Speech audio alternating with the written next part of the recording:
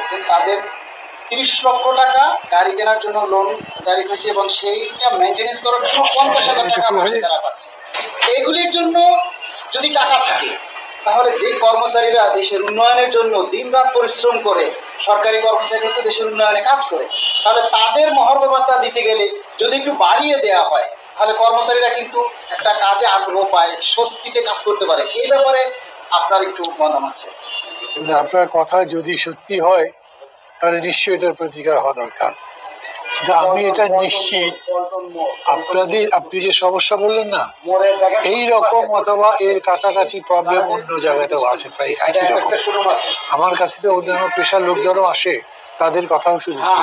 আমি এই জন্য একটা অ্যাডহক বেসিস কথা বলতে চাচ্ছি না।